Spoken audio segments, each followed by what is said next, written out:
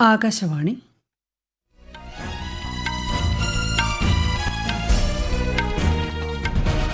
നമസ്കാരം. വാർത്തകൾ വായിക്കുന്നത് ലിൻസ സിറാജ്.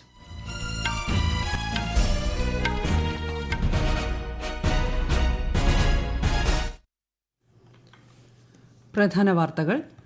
മുഖ്യമന്ത്രി പിണറായി വിജയൻ കേന്ദ്രമന്ത്രി അശ്വിനി വൈഷ്ണവുമായി ന്യൂഡൽഹിയിൽ കൂടിക്കാഴ്ച നടത്തി. അങ്കമാലി ശബരി റെയിൽപാതയുടെ നിർമ്മാണ പ്രവൃത്തികൾ ഉടൻ ആരംഭിക്കാൻ ധാരണ. വടക്കുകിഴക്കൻ സംസ്ഥാനങ്ങളിൽ അടുത്ത 2 ദിവസം കനത്ത മഴ തുടരുമെന്ന് കേന്ദ്ര കാലാവസ്ഥാ വകുപ്പ്. മഴക്കെടുതി രൂക്ഷമായ സംസ്ഥാനങ്ങളിലെ സ്ഥിതിഗതികൾ പ്രധാനമന്ത്രി വിലയിരുത്തി.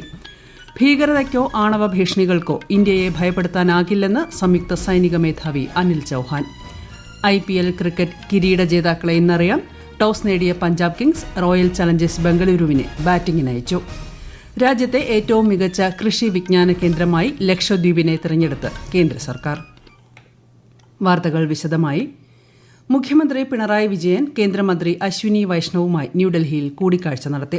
റെയിൽ ഭവനിൽ നടന്ന കൂടിക്കാഴ്ചയിൽ മന്ത്രി വി അബ്ദുറഹ്മാൻ, കേരള സർക്കാരിന്റെ ഡൽഹിയിലെ പ്രതിനിധി KV തോമസ് എന്നിവർ സന്നിഹിതരായിരുന്നു. ശബരി റെയിൽപാത, റെയിൽ ഉൾപ്പെടെ കേരളത്തിന്റെ വിവിധ ആവശ്യങ്ങൾ കൂടിക്കാഴ്ചയിൽ ചർച്ചയായി. കേന്ദ്ര ഗതാഗത മന്ത്രി നിതിൻ ഗഡ്കരിയുമായി മുഖ്യമന്ത്രി നാളെ കൂടിക്കാഴ്ച നടത്തിയേക്കും.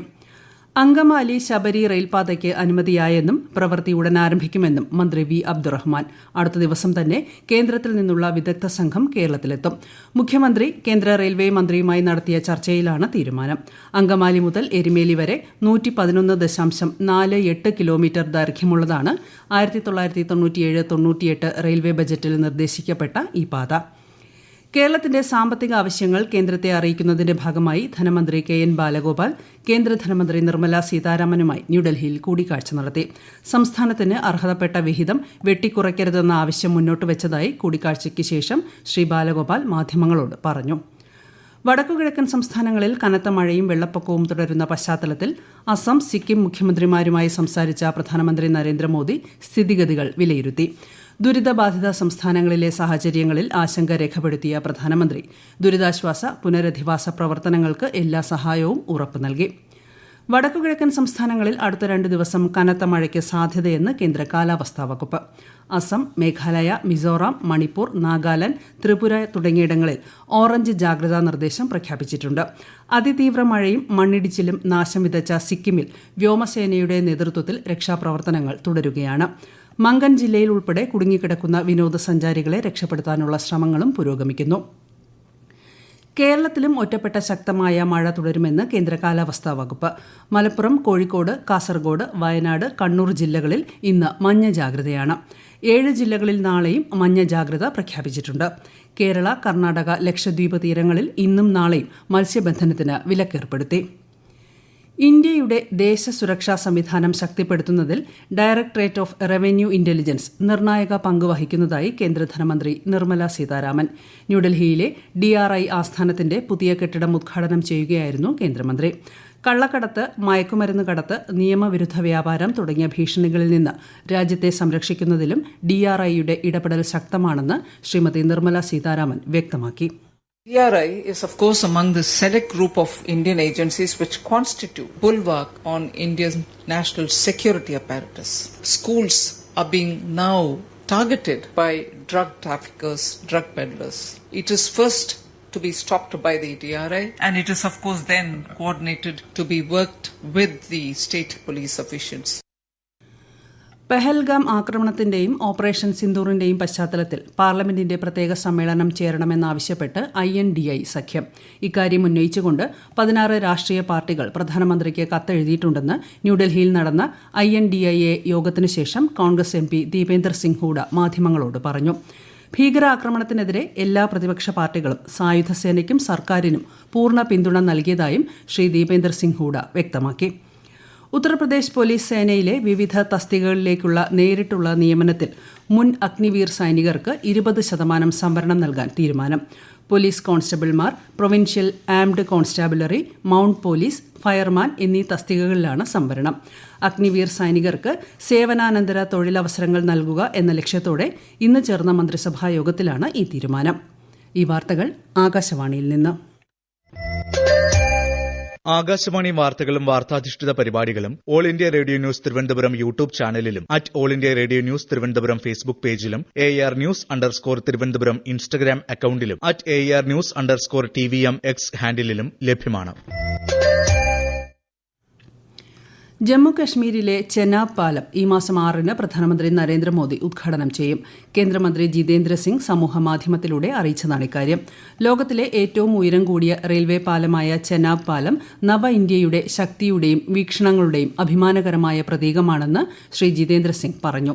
ഉധംപൂർ, ശ്രീനഗർ, ബാരാമുള്ള റെയിൽവേ ലിങ്കിന്റെ ഭാഗമായ പാലം ഏത് പ്രതികൂല കാലാവസ്ഥയെയും നേരിടാൻ കഴിയുന്ന തരത്തിൽ രൂപകൽപ്പന ചെയ്തിട്ടുള്ളതാണെന്നും അദ്ദേഹം കൂട്ടിച്ചേർത്തു. രാജ്യത്ത് നിലവിൽ 4000-ലേറെ പേർക്ക് കോവിഡ് ബാധിച്ച് ചികിത്സയിൽ കഴിയുന്നതായി കേന്ദ്ര ആരോഗ്യ മന്ത്രാലയം. കേരളത്തിൽ 1416 പേർക്കാണ് രോഗബാധ. കോവിഡ് ബാധിതരുടെ എണ്ണത്തിൽ മഹാരാഷ്ട്രയാണ് 2ാം സ്ഥാനത്ത്. മഹാരാഷ്ട്രയിൽ കോവിഡ് വ്യാപനം കണക്കിലെടുത്ത് പ്രതിരോധ പ്രവർത്തനങ്ങൾക്കായി പുതുക്കിയ മാർഗനിർദ്ദേശങ്ങൾ പുറപ്പെടുവിച്ചു. പകർച്ചപ്പനി ലക്ഷണവുമായി എത്തുന്നവരിൽ 5% പേർക്ക് കോവിഡ് പരിശോധന നടത്തണമെന്ന് നിർദ്ദേശമുണ്ട്. ഭീകരതയെയോ ആണവ ഭീഷണികളെയോ ഇന്ത്യ ഭയക്കില്ലെന്ന് സംയുക്ത സൈനിക മേധാവി അനിൽ ചൌഹാൻ. ഭീകരവാദത്തെ പിന്തുണയ്ക്കുന്നതിൽ നിന്ന് പാകിസ്ഥാൻ പിന്തിരിയണമെന്ന് അദ്ദേഹം ആവശ്യപ്പെട്ടു. സാവിത്രിഭായ് ഭൂലെ പൂനെ സർവകലാശാലയിൽ സംഘടിപ്പിച്ച പരിപാടിയിൽ സംസാരിക്കുകയായിരുന്നു ശ്രീ അനിൽ ചൌഹാൻ. ഭീകരവാദത്തിനെതിരായ ഇന്ത്യയുടെ സൈനിക നടപടികൾ മുൻകാലങ്ങളിലേക്കാൾ എത്രത്തോളം മുന്നേറി എന്നതിന് തെളിവാണ് ഓപ്പറേഷൻ സിന്ദൂർ എന്നും അദ്ദേഹം വ്യക്തമാക്കി. ഓപ്പറേഷൻ സിന്ദൂറിന്റെ പശ്ചാത്തലത്തിൽ ഭീകരവാദത്തിനെതിരായ ഇന്ത്യയുടെ ശക്തമായ നിലപാട് ലോകരാജ്യങ്ങളെ അറിയിക്കുന്നതിനായി MPമാരുടെ നേതൃത്വത്തിലുള്ള സർവകക്ഷി പ്രതിനിധി സംഘങ്ങൾ വിദേശ പര്യടനം തുടരുന്നു. ഇന്ന് ന്യൂഡൽഹിയിൽ തിരിച്ചെത്തിയ BJP MP ബൈജയന്ത് പാണ്ഡെയുടെ നേതൃത്വത്തിലുള്ള സർവകക്ഷി സംഘം വിദേശകാര്യമന്ത്രി S ജയശങ്കറുമായി കൂടിക്കാഴ്ച നടത്തി. DMK MP കനിമൊഴി കരുണാനിധിയുടെ നേതൃത്വത്തിലുള്ള സംഘവും ഇന്ന് തിരിച്ചെത്തി. തീവ്രവാദത്തിനെതിരെ പോരാടുന്നതിൽ എല്ലാ രാജ്യങ്ങളും ഇന്ത്യയ്ക്ക് പിന്തുണ അറിയിച്ചതായി ശ്രീമതി കനിമൊഴി പറഞ്ഞു. No country wants to tolerate terrorism anymore in whatever form or shrouded in whatever way it comes. Nobody has a tolerance and everybody understands that we have to end terror and it's not going to just stop. Nobody is isolated from terror. So definitely everybody has condemned what happened in Pahalgam and they stand with India in fighting against terror. That was the message we're bringing back. Nilambur ഉപതെരഞ്ഞെടുപ്പിനുള്ള പ്രചാരണം ഊർജിതമാക്കി രാഷ്ട്രീയ കക്ഷികൾ. നാമനിർദ്ദേശ പത്രികകളുടെ സൂക്ഷ്മ പരിശോധന ഇന്ന് നടന്നു. തൃണമൂൽ കോൺഗ്രസ് സ്ഥാനാർത്ഥിയായി PV അൻവർ നൽകിയ നാമനിർദ്ദേശ പത്രിക തള്ളി. ഇതോടെ അൻവറിന് സ്വതന്ത്രനായി മത്സരിക്കേണ്ടിവരും. മറ്റന്നാൾ വരെയാണ് നാമനിർദ്ദേശ പത്രിക പിൻവലിക്കാനുള്ള സമയം. ഈ മാസം 19-നാണ് വോട്ടെടുപ്പ്. വോട്ടെണ്ണൽ 23-ന് നടക്കും. വികസിത കൃഷി സങ്കൽപ് അഭിയാൻ സംസ്ഥാനത്ത് തുടരുന്നു. പത്തനംതിട്ട ജില്ലയിൽ ഇന്ന് മല്ലപ്പള്ളി ബ്ലോക്ക് പഞ്ചായത്തിന്റെ പരിധിയിൽ വരുന്ന ഗ്രാമപഞ്ചായത്തുകളിൽ ക്യാമ്പയിൻ നടന്നു. ശാസ്ത്രജ്ഞരും ഉദ്യോഗസ്ഥരും അടങ്ങുന്ന സംഘം കർഷകരുമായി സംവദിച്ചു. ഈ മാസം 12 വരെയാണ് ക്യാമ്പയിൻ. രാജ്യത്തെ ഏറ്റവും മികച്ച കൃഷി വിജ്ഞാന കേന്ദ്രമായി ലക്ഷദ്വീപിനെ തെരഞ്ഞെടുത്തു. കേന്ദ്ര സമുദ്ര മത്സ്യ ഗവേഷണ സ്ഥാപനത്തിന് കീഴിലുള്ള ലക്ഷദ്വീപ് കൃഷി വിജ്ഞാന കേന്ദ്രത്തിലെ കടൽ പായൽ കൃഷി, കൂടു മത്സ്യകൃഷി, പഴം പച്ചക്കറി കൃഷി പ്രോത്സാഹനം, ഓർഗാനിക് ടെറിട്ടറി പദവി ലക്ഷ്യമായുള്ള പ്രവർത്തനങ്ങൾ തുടങ്ങിയവയാണ് പുരസ്കാരത്തിന് അർഹമാക്കിയത്. നാളികേര വികസന രംഗത്തെ നൈപുണ്യ വികസന പരിപാടികളിലൂടെ ദ്വീപ് നിവാസികൾക്കിടയിൽ കൂടുതൽ തൊഴിലവസരങ്ങൾ സൃഷ്ടിക്കാനും കഴിഞ്ഞിട്ടുണ്ട്. IPL ക്രിക്കറ്റിൽ കിരീട ജേതാക്കളെ ഇന്നറിയാം. ഫൈനലിൽ royal Challengers Bengaluru Punjab Kings പോരാട്ടം. ടോസ് നേടിയ പഞ്ചാബ് ബംഗളൂരുവിനെ ബാറ്റിംഗിനയച്ചു. കന്നി കിരീടം ലക്ഷ്യമിട്ടാണ് ശ്രേയസ് അയ്യർ നയിക്കുന്ന പഞ്ചാബും രജത് പാട്ടീദാറിന്റെ നേതൃത്വത്തിലുള്ള ബംഗളൂരുവും ഏറ്റുമുട്ടുന്നത്. ജക്കാർത്തയിൽ നടക്കുന്ന ഇന്തോനേഷ്യ ഓപ്പൺ ബാഡ്മിന്റൺ വനിതാ സിംഗിൾസിൽ ഇന്ത്യയുടെ PV സിന്ധു പ്രീ ക്വാർട്ടറിൽ കടന്നു. ജപ്പാന്റെ നൊസോമി ഒകുഹാരയെ പരാജയപ്പെടുത്തിയാണ് സിന്ധുവിന്റെ പ്രീ ക്വാർട്ടർ പ്രവേശം. പുരുഷ ഡബിൾസിൽ സാത്വിക് സായിരാജ് രംഗിറെഡ്ഡി ചിരാഗ് ഷെട്ടി സഖ്യവും ഇന്തോനേഷ്യൻ ടീമിനെ വീഴ്ത്തി പ്രീ ക്വാർട്ടറിൽ കടന്നു. പ്രധാന വാർത്തകൾ വീണ്ടും. മുഖ്യമന്ത്രി പിണറായി വിജയൻ കേന്ദ്രമന്ത്രി അശ്വിനി വൈഷ്ണവുമായി ന്യൂഡൽഹിയിൽ കൂടിക്കാഴ്ച നടത്തി. അങ്കമാലി ശബരി റെയിൽപാതയുടെ നിർമ്മാണ പ്രവൃത്തികൾ ഉടൻ ആരംഭിക്കാൻ ധാരണ. വടക്കുകിഴക്കൻ സംസ്ഥാനങ്ങളിൽ അടുത്ത 2 ദിവസം കനത്ത മഴ തുടരുമെന്ന് കേന്ദ്ര കാലാവസ്ഥാ വകുപ്പ്. മഴക്കെടുതി രൂക്ഷമായ സംസ്ഥാനങ്ങളിലെ സ്ഥിതിഗതികൾ പ്രധാനമന്ത്രി വിലയിരുത്തി. ഭീകരതയ്ക്കോ ആണവ ഭീഷണികൾക്കോ ഇന്ത്യയെ ഭയപ്പെടുത്താനാകില്ലെന്ന് സംയുക്ത സൈനിക മേധാവി അനിൽ ചൌഹാൻ.